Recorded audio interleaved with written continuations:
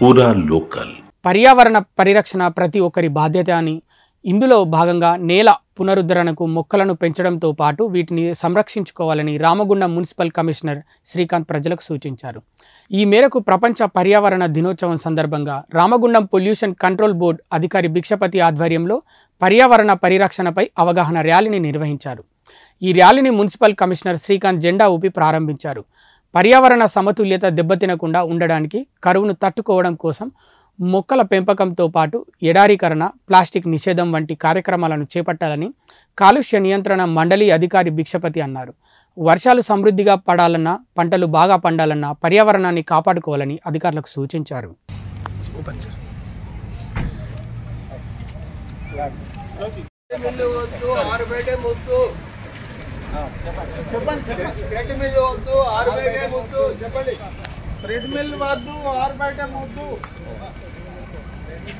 పర్యావరణ దినోత్సవాన్ని పురస్కరించుకొని ఈరోజు రామగుండం నగరపాలక సంస్థ కార్యాలయం నుండి pollution control board, NTPC, Singareni, RFCL అలాగే మున్సిపాలిటీ సిబ్బంది అందరి సహకారంతో ర్యాలీ నిర్వహించడం జరుగుతుంది.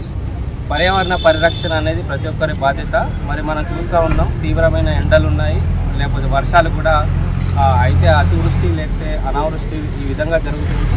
మరి పర్యావరణంలో సమతుల్యత దెబ్బతినడం వల్లనే ఈ విధంగా జరుగుతుంది. కాబట్టి పర్యావరణ పరిరక్షణలో భాగంగా అందరం కూడా మొక్కలు నాటడం కానీ లేదా నీటి సంరక్షణ చర్యలు తీసుకోవడము, ఈ విధంగా ప్రజలు అందరూ కూడా భాగస్వాములై ఒక్కొక్కరు కూడా అందరూ కూడా తమ పనిగా విధిగా పర్యావరణ పరిరక్షణలో పాల్గొని అందరూ కూడా పర్యావరణ సమతుల్యం కాపాడాలని కోరడం జరుగుతుంది.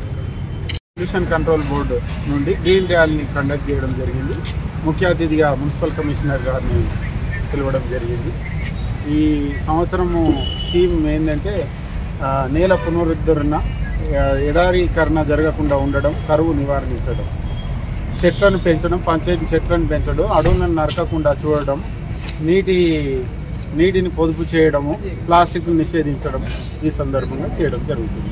పొల్యూషన్ కంట్రోల్ బోర్డు ద్వారా ప్రపంచ పర్యావరణ దినోత్సవం సందర్భంగా Singareni colonies, NTPC, RG1, RG2 plus RFCL వాళ్ళు వీళ్ళందరూ ఉద్యోగులు పాల్గొనడం జరుగుతుంది.